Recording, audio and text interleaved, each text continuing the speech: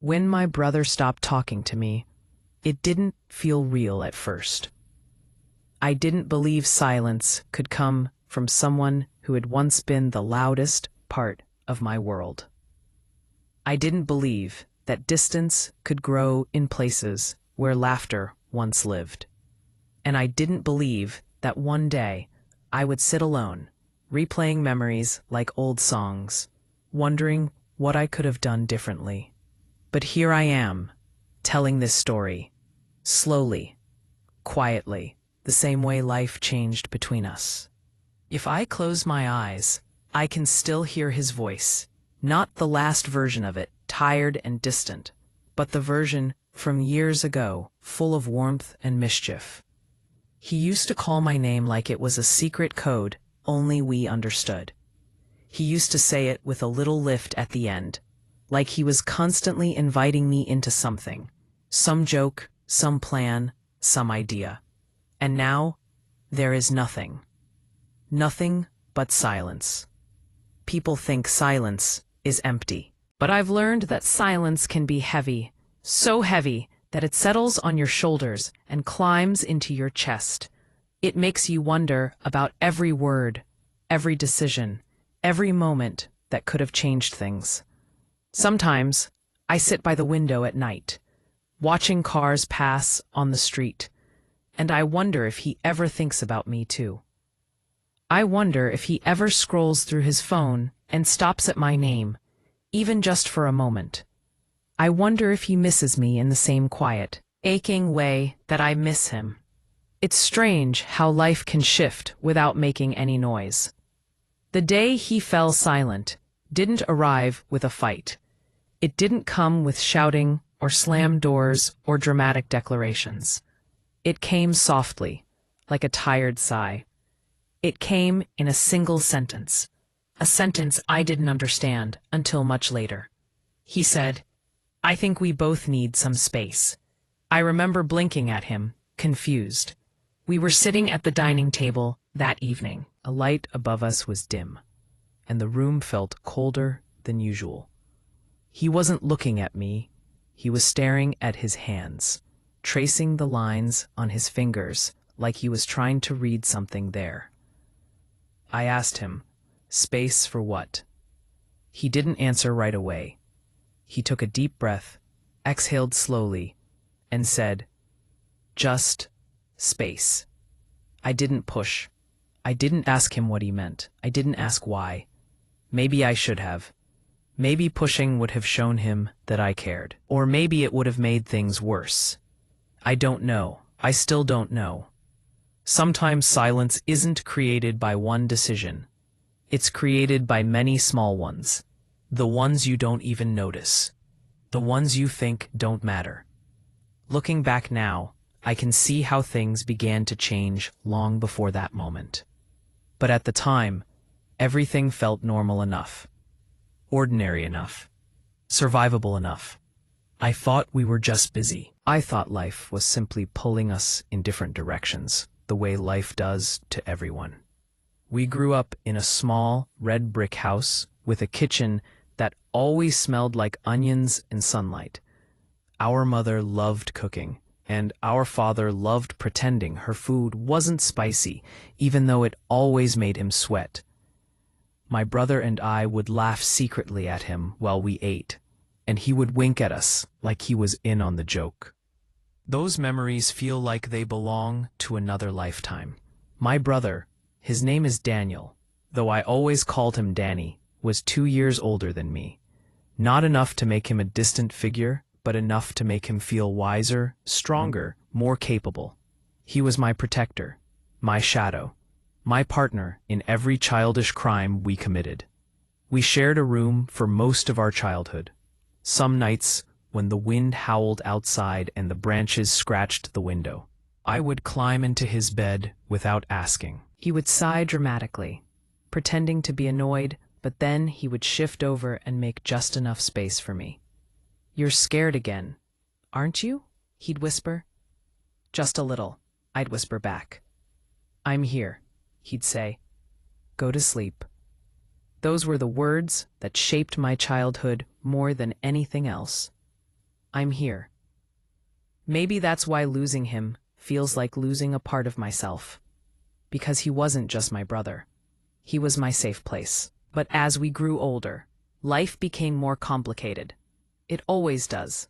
He got his first job, and suddenly he had responsibilities that didn't include me. I moved away for a year for school, and when I came back, we were close, but different. Like a puzzle where some pieces still fit, but not all of them. We didn't talk every day anymore. Sometimes we went weeks without a real conversation. But I didn't worry. I told myself that this was normal. That adults drift, but always drift back. That roots stay even when branches stretch far. I didn't see the distance forming. Or maybe I did, but I thought it would fix itself. The truth is, small misunderstandings started to build between us like tiny cracks in a wall. Harmless at first, fixable, but I didn't fix them. Neither did he. Maybe we were both too tired. Maybe we both assumed the other wasn't trying. Maybe we forgot that relationships need attention, even the ones that feel unbreakable. I remember the first disagreement that felt different. I don't even remember what it was about. Something small. Maybe a comment. Maybe a missed call. Maybe a moment where we both felt unheard. What I do remember is the look on his face, this quiet frustration that surprised me. I thought he was overreacting. He probably thought the same about me. We let it go, but something in the air felt slightly altered afterward. After that, our conversations became shorter. The warmth dipped a little. He didn't laugh as easily. I didn't share as openly. It was subtle, like a soft dimming of light you don't notice until the room is dark. Then came the period when he stopped returning my calls, right away. At first it didn't bother me. Everyone gets busy. But gradually, I started noticing patterns. He replied to messages with one-word answers. He ended calls quickly. Sometimes he forgot to respond at all. Whenever I asked if something was wrong, he said, "No, I'm just tired." And I believed him, because believing him was easier than accepting that something was breaking between us. One evening, I sent him a long message, longer than anything I had sent in months. I asked if I had done something wrong. I asked if he was upset. I asked if he needed space from me. He replied, "It's fine." Just that. 2 words. And I felt something pinch inside me. Something small but sharp. After that, I tried to give him more space. I stopped calling as often. I stopped asking questions. I stopped reaching out with the same eagerness. I thought maybe I was smothering him without realizing it. But giving space didn't bring him closer. It only made us quieter. I don't know when exactly the quiet turned into distance, and when the distance turned into silence. But it happened. These things always happen slowly. They wear down your connection like water shaping stone, softly, silently, relentlessly. And eventually, the day came when everything tipped over. It wasn't supposed to be a serious conversation. I had gone to his apartment to drop something off, an old photo album our mother wanted him to have. We sat in his living room for a while, talking about nothing important. Weather, work, random things. But underneath the small talk, there was this tension in the air. Not anger, not resentment, just heaviness. I asked him, "Are you okay? You've been so distant lately." He froze for a moment. Then he said, "I don't know what you want me to say." That sentence felt like a quiet slap, because it didn't sound like my brother. It sounded like someone who had already tried to explain himself and given up. I told him, "I just miss how we used to be." He looked at me then, really looked at me, and his eyes were tired, not annoyed, not hurt. Just exhausted.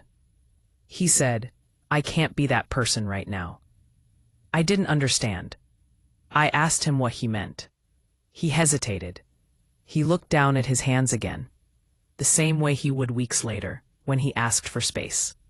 He said, "I feel like you expect too much from me." I didn't think I did.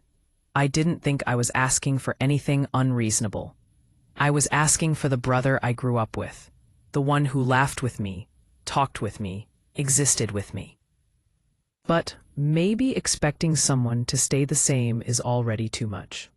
I told him, "I'm not asking for anything." He shook his head softly and said, "You don't see it, but you need more from me than I can give." The room fell quiet, and I felt something break.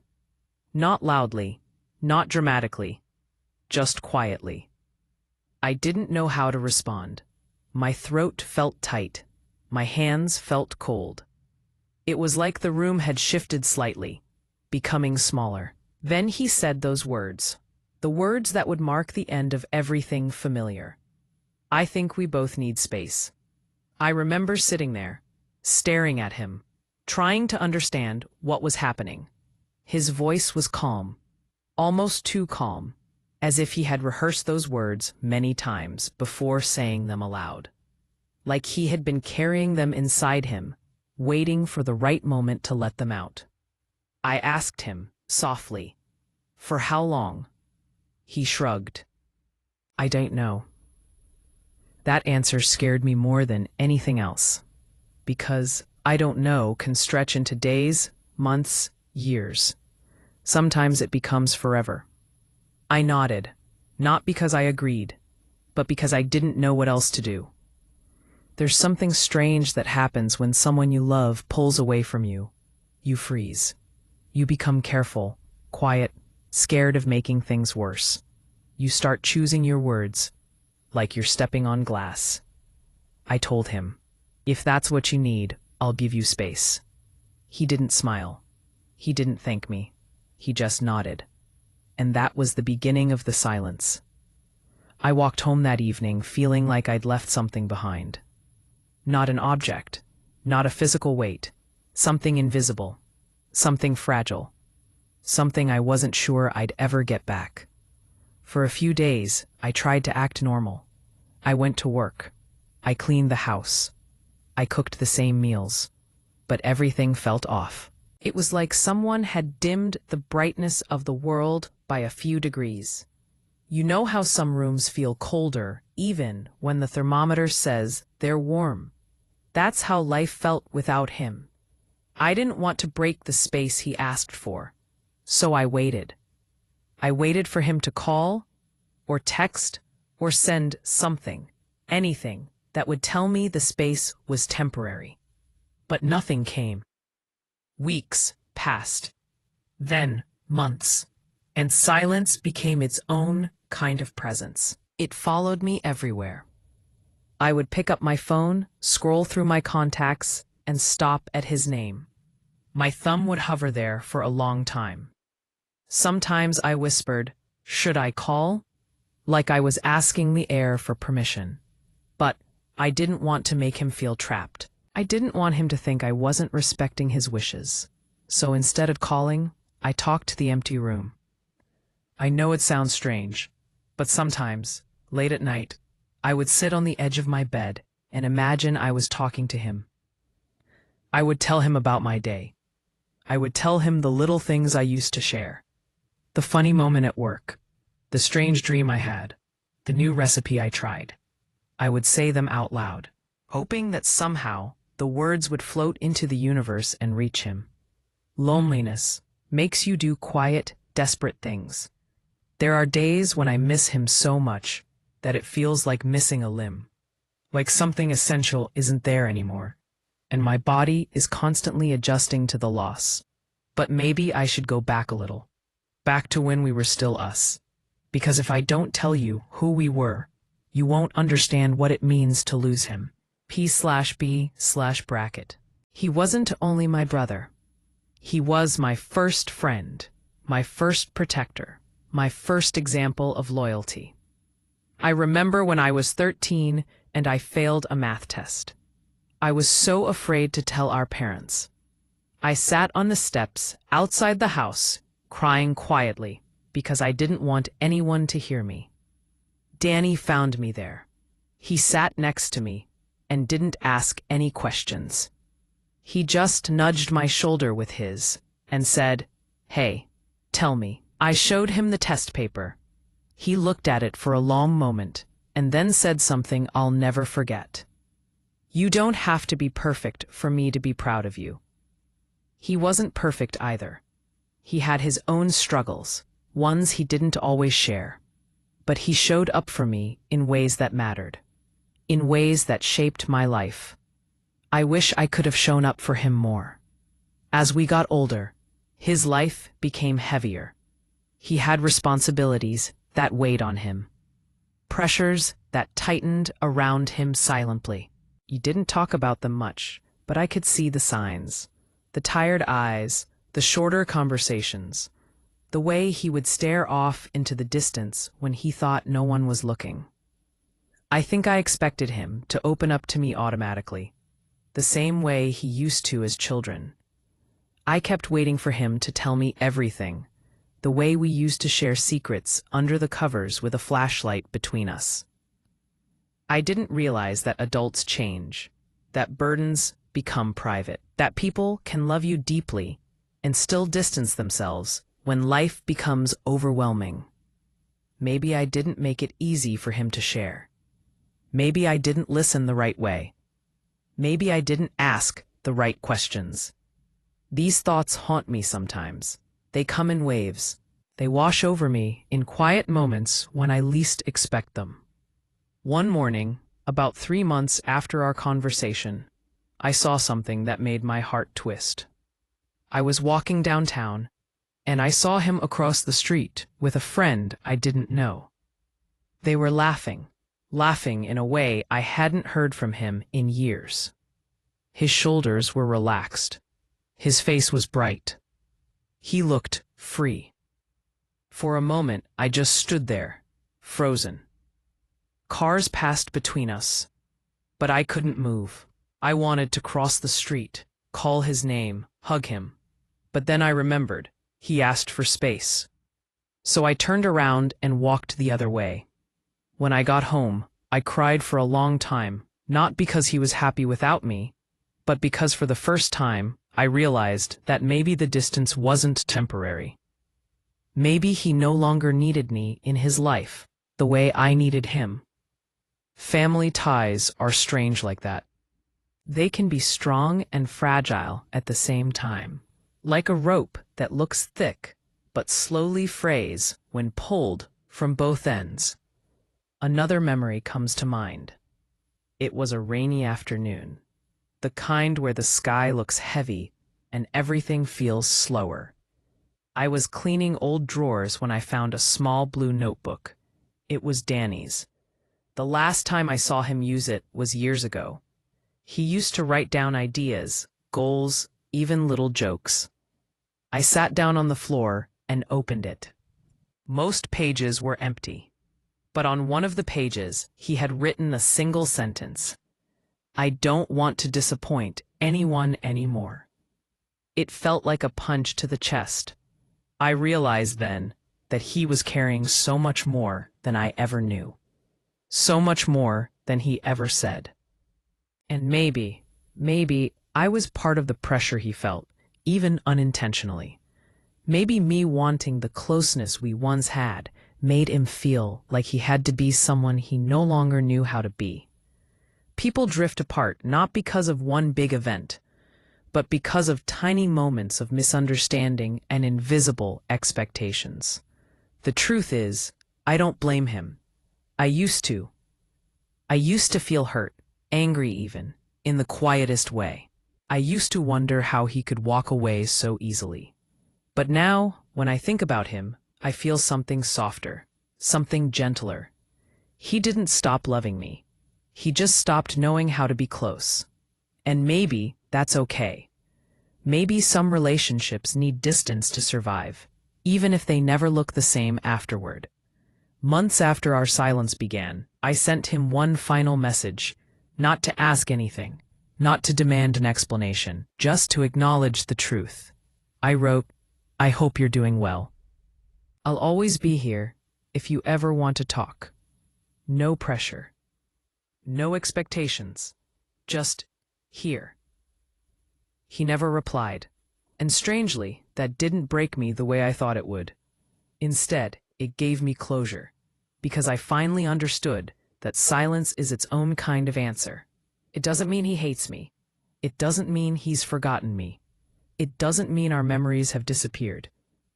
It just means he's walking a different path. And I'm learning, slowly and quietly, to walk mine. The thing about love, family love, sibling love, is that it doesn't end when communication ends. It doesn't dissolve with time. It just takes a new shape. Sometimes it becomes quieter. Sometimes it becomes memory. When I think of him now, I choose to remember the good things. The nights we whispered secrets. The mornings we raced down the stairs for breakfast. The afternoons we climbed trees and scraped our knees. The evenings we sat by the TV, sharing snacks, never caring about anything outside the moment. I choose to believe that somewhere in his heart, those memories still live too. I could not sleep that night.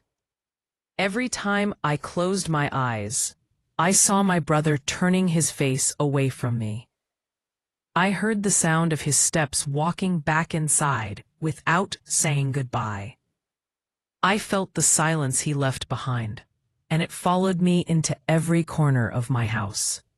I lay on my bed, staring at the ceiling, wondering how two people who grew up holding each other's hands could now stand on opposite sides of something so small, something that should never have come between us. In the quiet of that night, every memory became louder.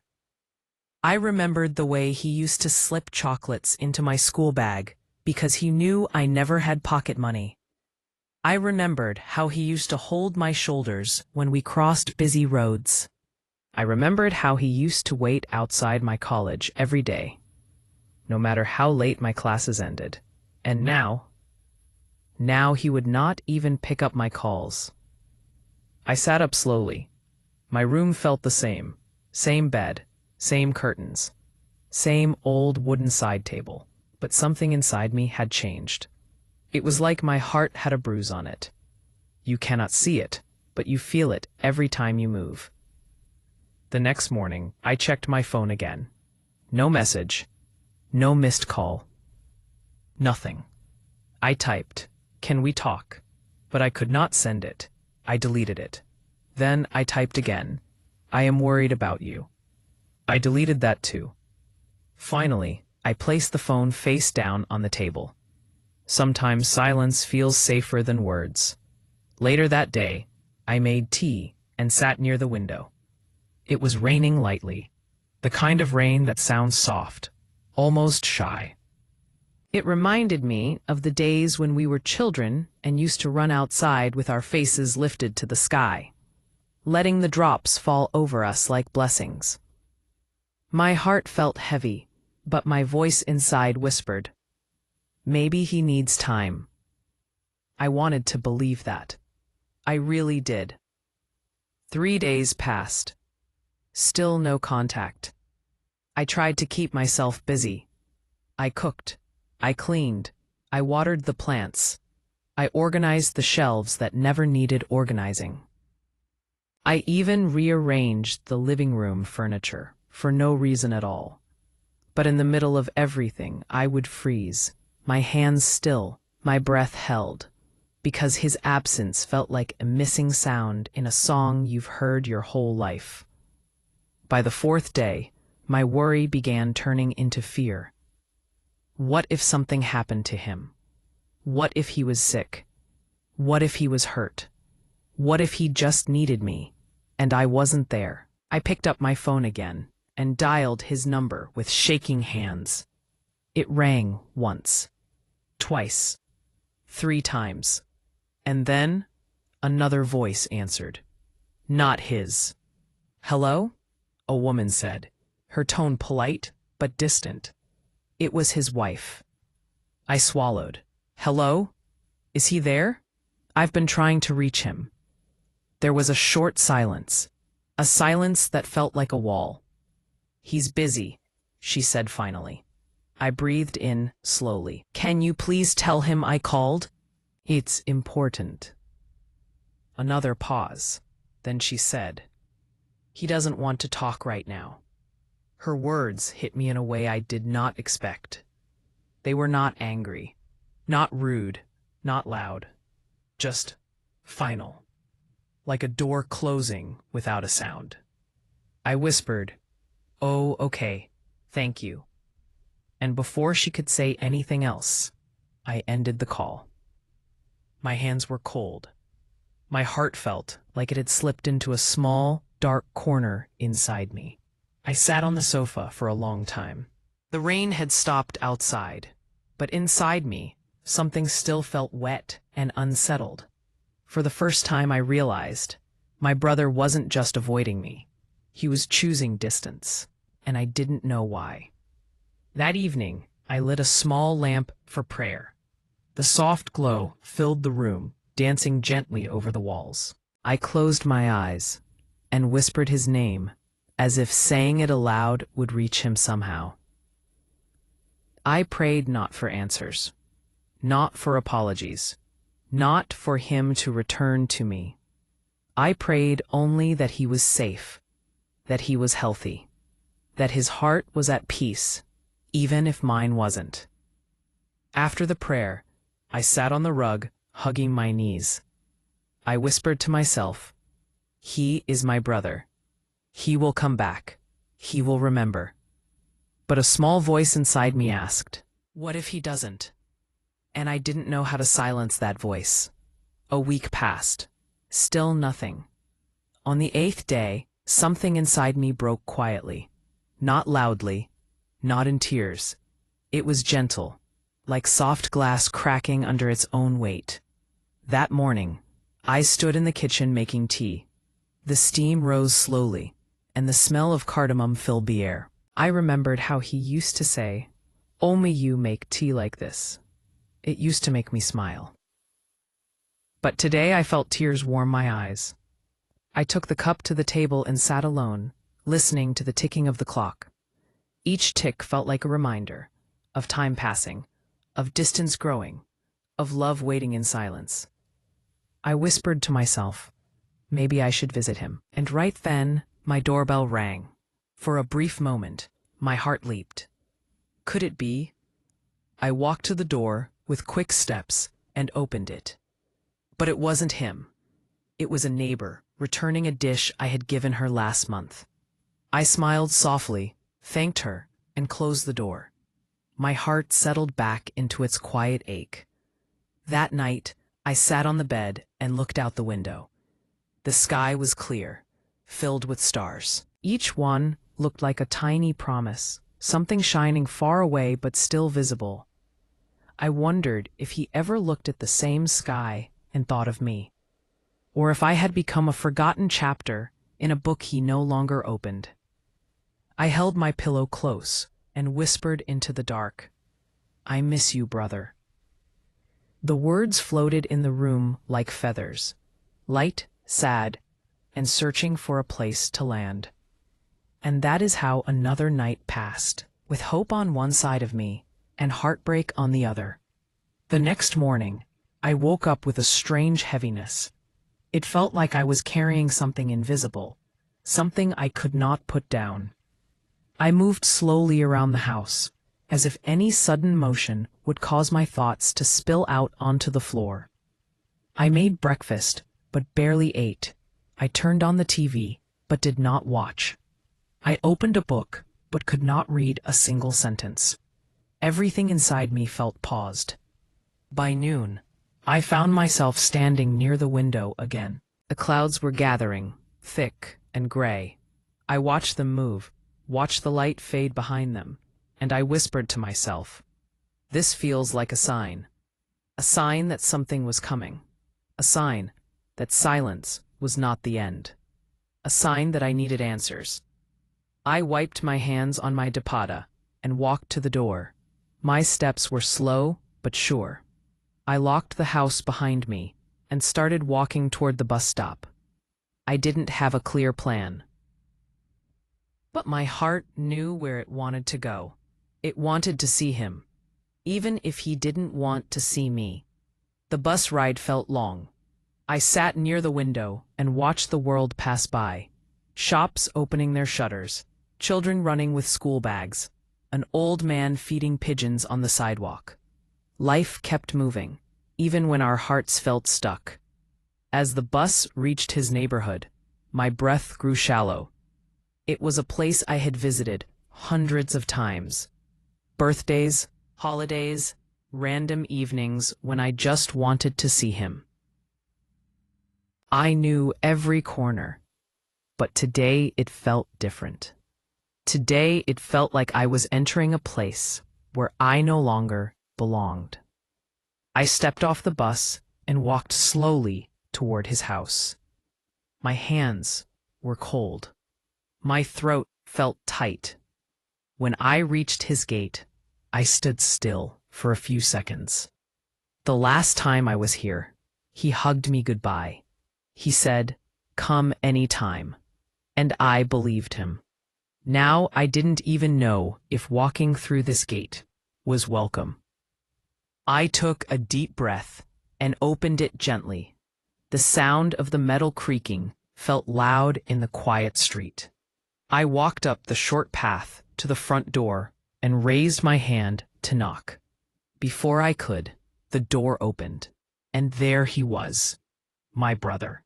He looked surprised, not angry, not upset, just surprised, like someone who did not expect a knock from an old memory. "Hi," I whispered. He didn't say anything for a moment. His eyes shifted away, then back to me, then away again. Finally, he said softly, "Why are you here?"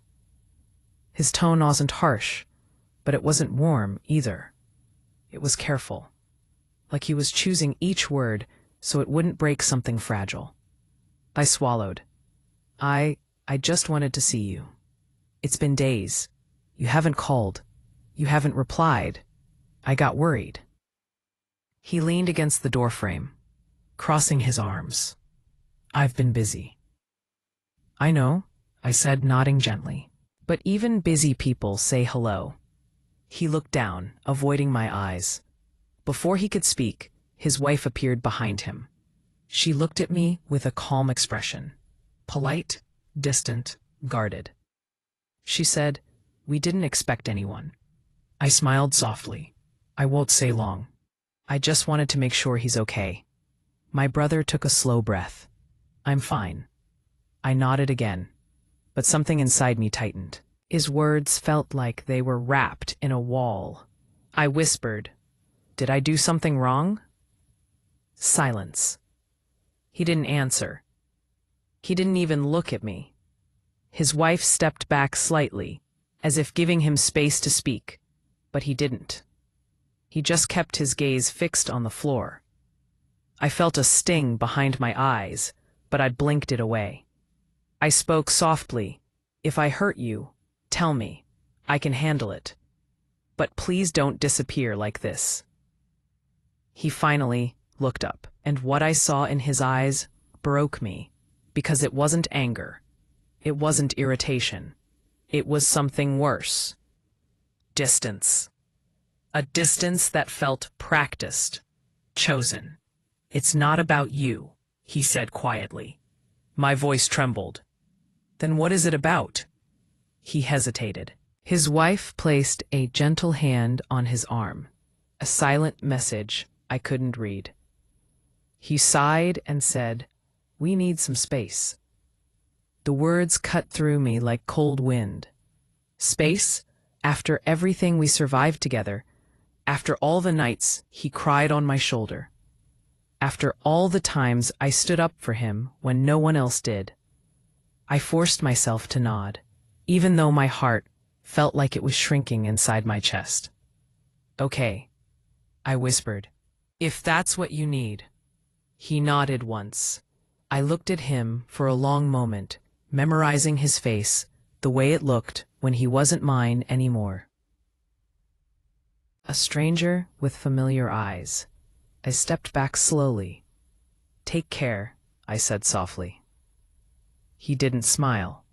He didn't reach out. He didn't ask me to stay. He just whispered, "You too," and closed the door gently. Not slammed, not shut loudly, just closed. And somehow, that hurt even more. As I walked away from the house, the sky opened up, and rain began to fall again. Soft, steady, like the sky was crying with me. I held my dupatta over my head, but it barely helped. The rain soaked through my clothes, down my neck, into my bones. But I kept walking, one step after another, until the house was far behind me. At the bus stop, I sat on the bench, dripping water onto the pavement. I whispered to myself, "We need space."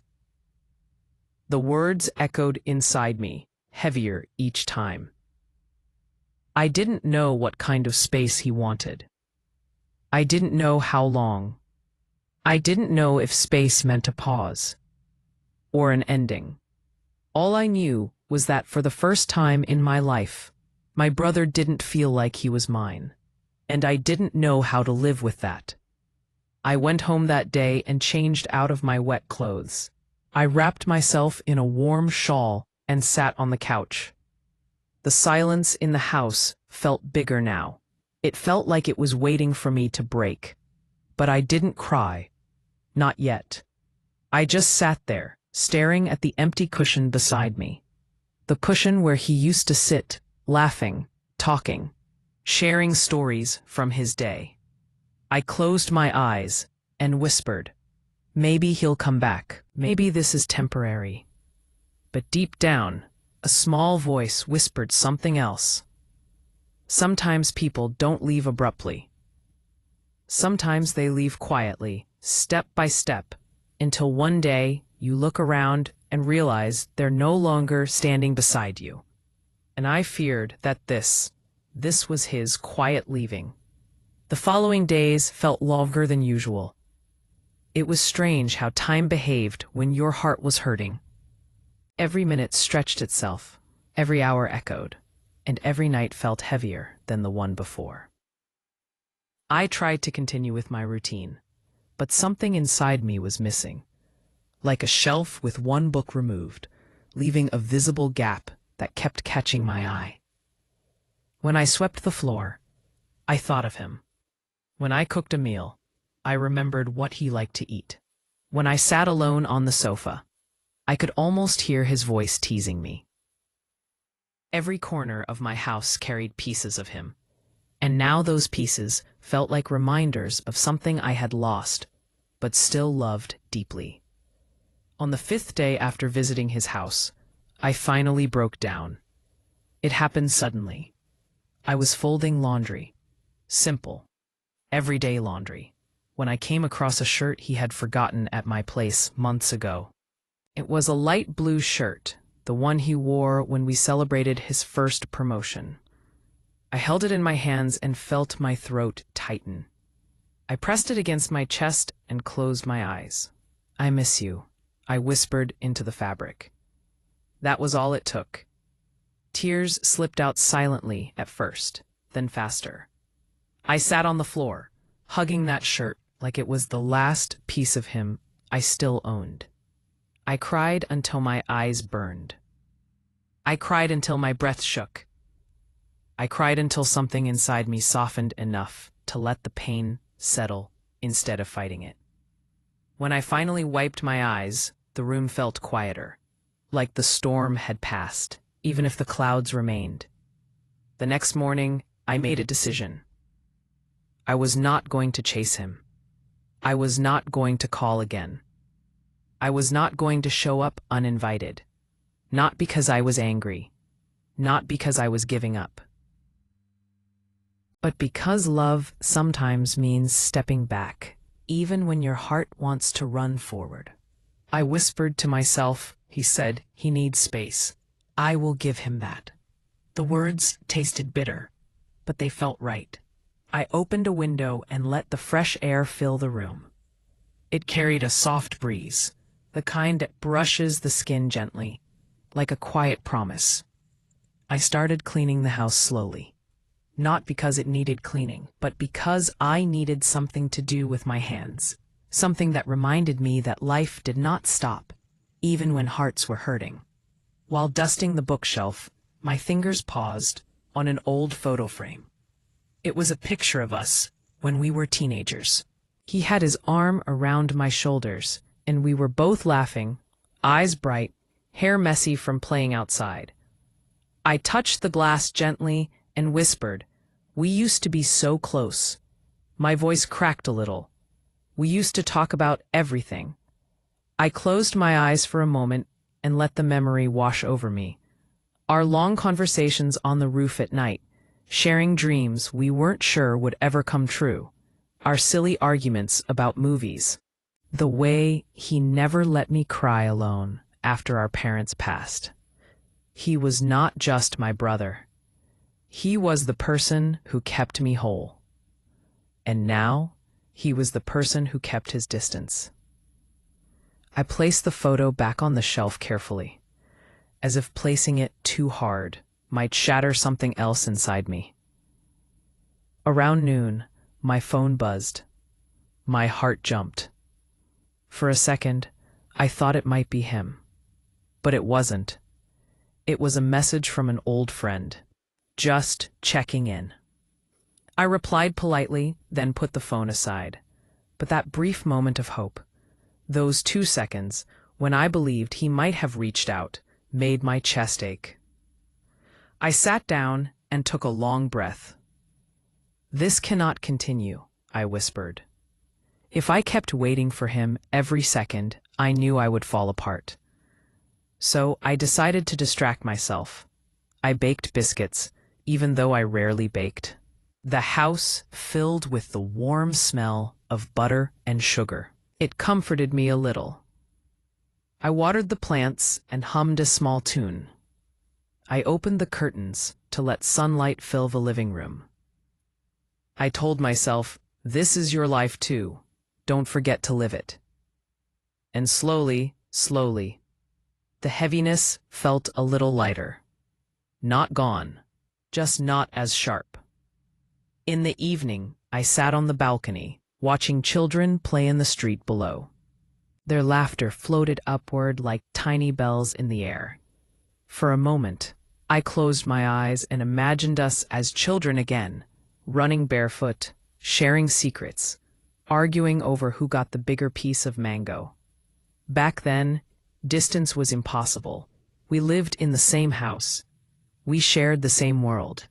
If he was upset, I knew. If I was sad, he knew.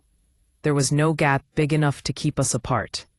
But now, life had grown bigger. People had changed. He had changed. Maybe I had too. I wrapped my shawl around my shoulders and leaned back in the chair. Maybe, just maybe, this distance wasn't permanent. Maybe he would come back when he was ready. Maybe he just needed time to understand his own feelings. The world around me dimmed as the sun slowly disappeared behind the buildings. I whispered into the evening air, I will wait. Not forever, but long enough. And for the first time in days, that thought did not break me. It comforted me. But life has a strange way of testing us. The very next morning, something happened that shook everything again. I was sitting at the kitchen table, sipping my tea, when my phone buzzed. This time, it was a notification from social media. My hands trembled as I tapped it open. It was a picture posted by my brother's wife. A family photo. My brother, his wife, and a few relatives. Everyone smiling. Everyone looking happy. But what made my heart stop was the caption. Surrounded by the people who matter most. I stared at the screen. My throat tightened.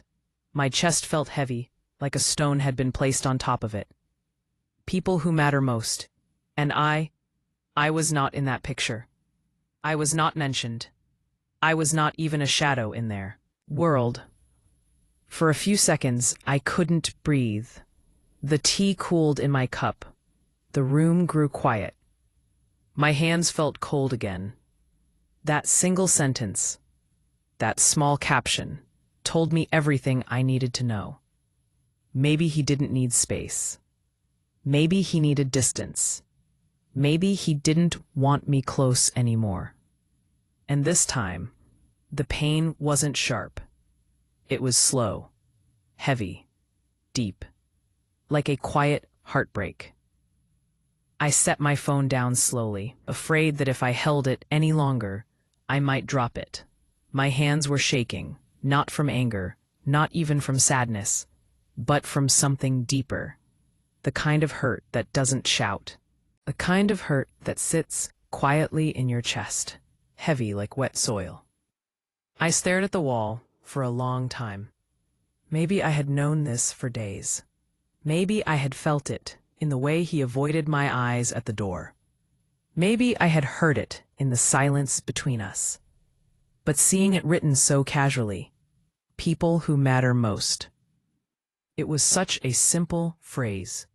I had used it myself many times. But today, it cut through me in a way I cannot describe. I whispered to myself, maybe I don't matter to him anymore. The words came out softly.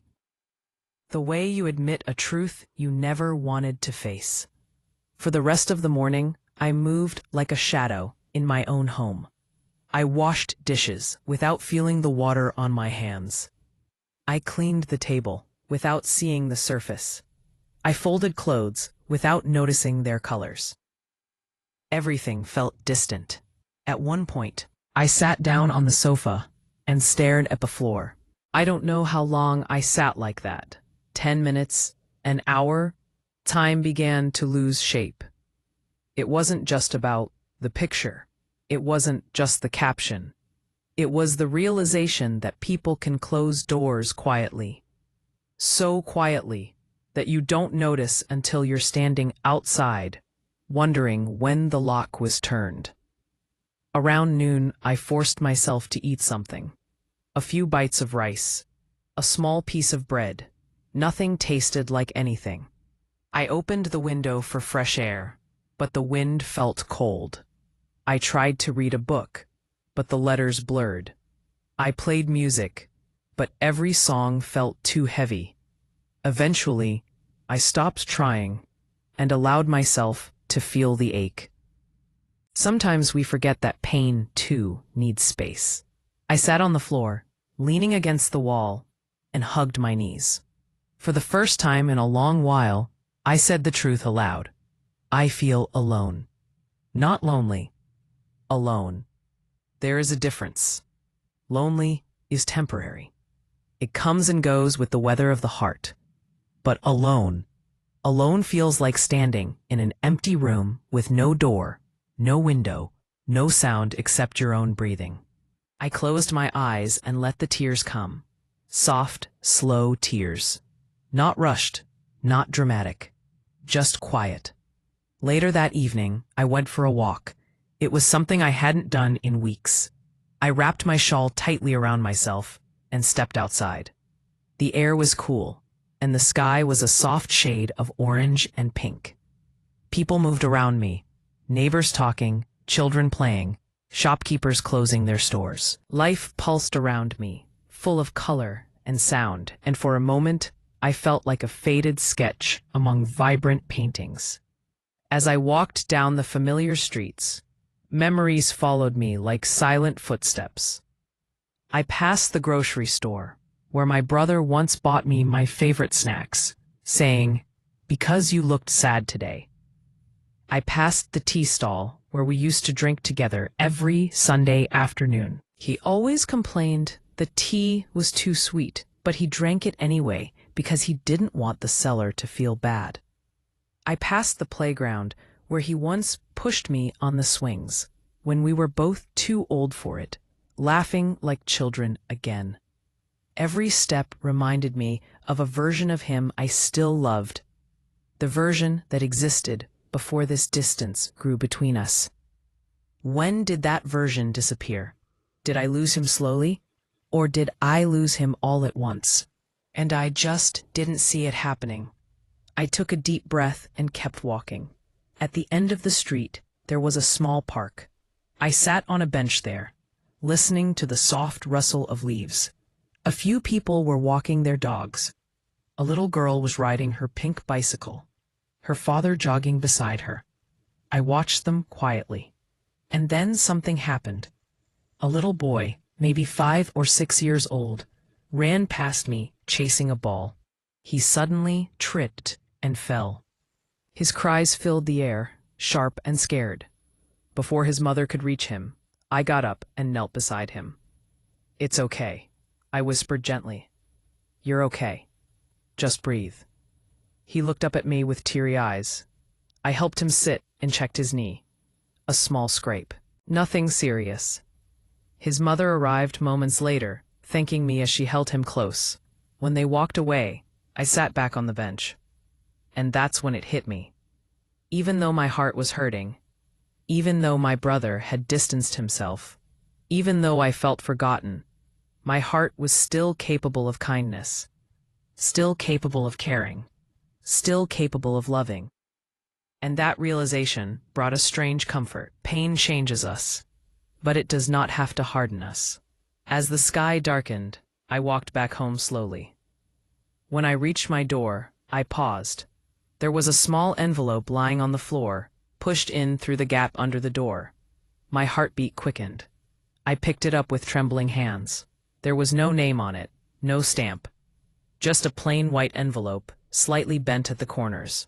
I stepped inside, closed the door gently, and sat down on the sofa.